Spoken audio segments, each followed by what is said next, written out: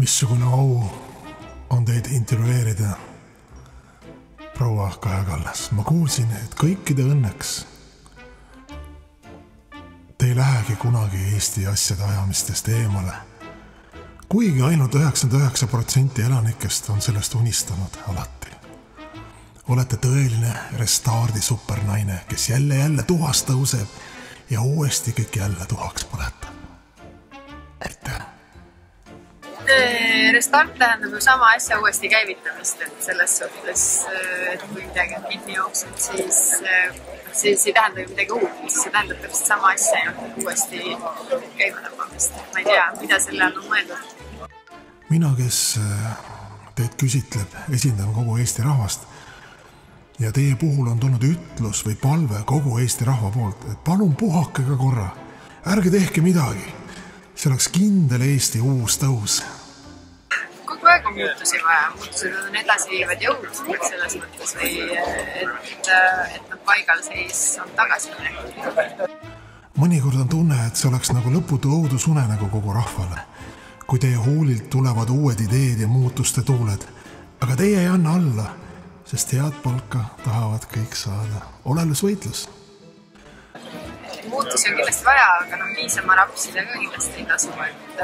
See pidev ilus arengu jutt, kus te mainite, et on vaja pidevat liikumist õiges suunas, siis valitsuse statistika teie ajal näitab, et see on siis kindel allapoole liikumine. Kas te mõtlesite seda just? Kui vaadata seda, kus me oma arengus oleme, siis me oleme ikkagi arenenud ja väga õiges suunas. Aitab sellest õnne ja õnnetuse süüdlaste otsimistest. Palun lihtsalt öelge tulevatele põlvkondadele üks ilus ja geniaalne lause, et kõik järgmised Eesti noorte põlvkonnad saaksid olla uhked ja selle loosungi all elada. Kindlasti on meie ühiskonnas palju pingeid ja probleeme, millega tuleb tegeleda. Kui te vaatate peeglisse, proua Kaja Kallas, mida te tunnete? Rääkige palun südamest. Tuleb otsa vaadata, et midagi on ka läinud valesti. Eks poliitikud on ikka Eesti rahva lootus ja uhkus ja mida ka teie võiksite siis veel kord mainida käsi piiblile pannes, nagu pühalt ja vankumatult, mis jääks teie karjääri motoks ja võiks raiuda graniiti.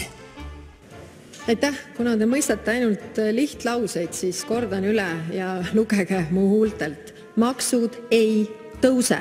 Punkt. Oli liiga keeruline. Maksud ei tõuse. Punkt.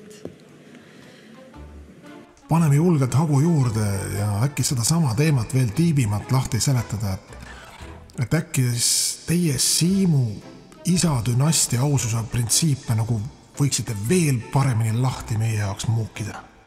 Sõnad ja teod on kooskõlas kogu aeg nende uskumustega, mis on olnud. Veel kord, kõik see, mida ma olen rääkinud ennem selle skandaali puhkamist, räägin ka pärast ja vastavalt sellele ka tegutsen.